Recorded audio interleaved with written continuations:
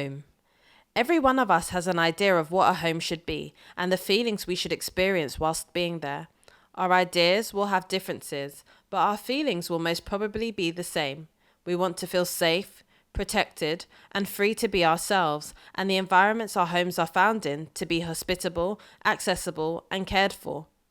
But how do you think you would cope with having to create your home in environments that are viewed as unruly, challenging, inhospitable?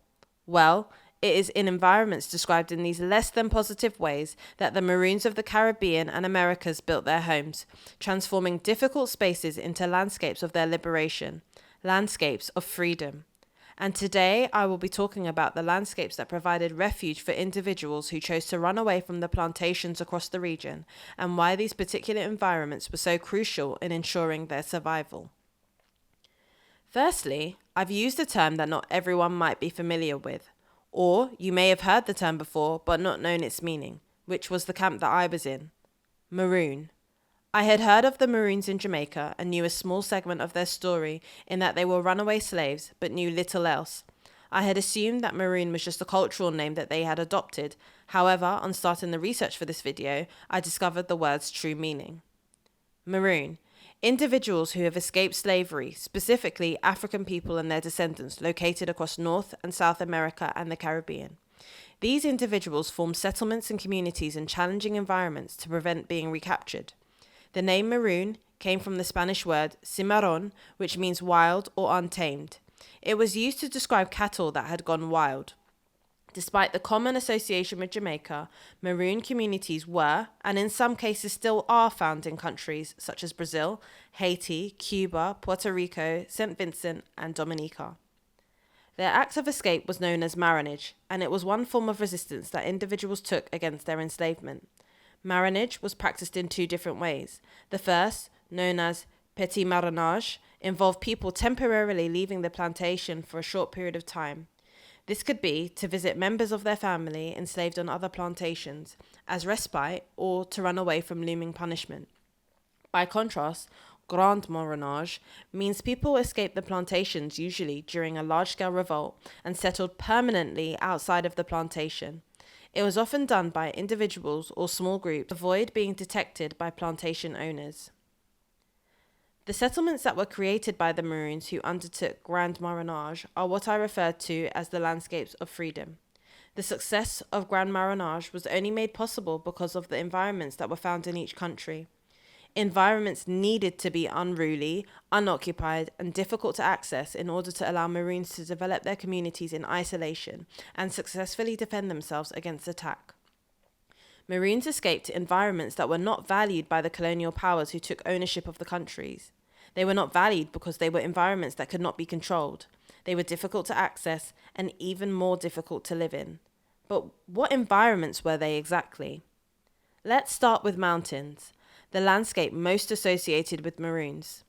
Jamaica, the third largest island of the West Indies, is located in the Caribbean Sea, and more than half of the island is over 300 meters high. For those of you in London, that's as high as the Shard.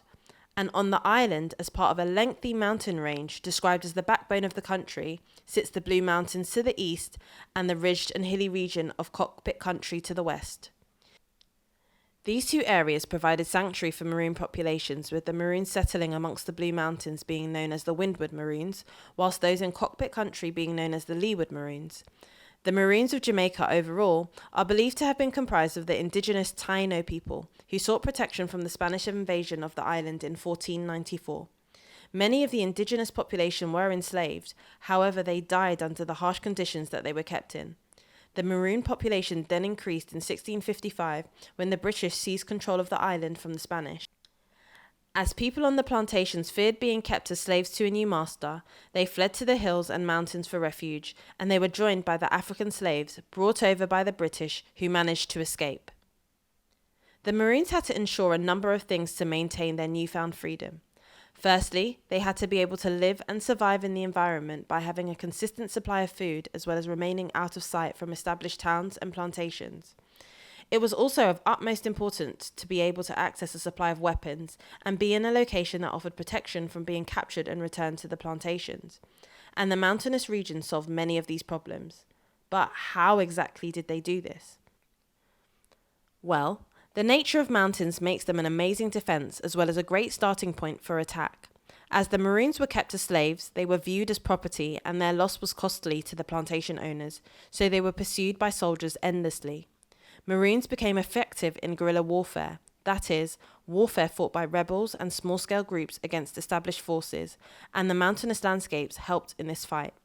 There were many spaces to create hideouts amongst the mountains, as they are covered in lush green vegetation, so the Maroons could launch surprise attacks by concealing themselves and ambushing colonial forces attempting to take down the new settlements. Alongside this, the uphill location made it extremely difficult for colonial forces to carry their weapons, and so they were limited in how they could attack. One of the most famous settlements in the Blue Mountains, known as Nanny Town, is located by a 900-foot ridge, which meant that colonial forces could not launch any surprise attacks, putting the Maroons at an advantage. Despite needing to be out of sight, Maroons still maintained access to plantations and produce farms so that they could take food and also keep an eye on colonial activities. This was possible as many plantations were located by Jamaica's coast and extended into the valleys, areas which are low, and so they were able to be looked down on from a high vantage point. The plantations that did extend into the hills for coffee growth or for the provisions for enslaved people acted as boundaries for the Maroon population.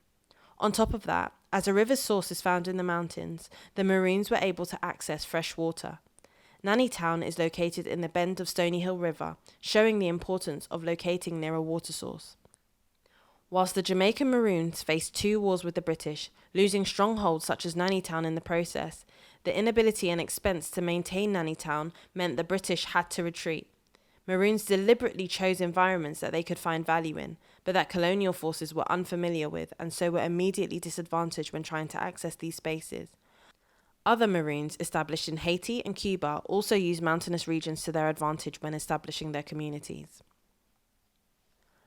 Swamps and rainforests are further landscapes that prove to effectively support the lives of Maroons. This is most noted in Suriname, a country located to the northeast of South America, bordered by Guyana to the west and French Guiana to the east. Its coast runs along the Atlantic Ocean to the north of the country. It is the smallest country in South America. However, over 80% of the country is covered by rainforest, the most rainforest cover in the world. Furthermore, 7 significant rivers flow through Suriname, aiding in the creation of the swampy lands. Because of this, all of the plantations in existence during the Dutch colonial rule were found along rivers backing onto swamps and forests. These swamps and forests were extremely challenging to access during the 2 rainy seasons and so were often not explored by the colonial forces.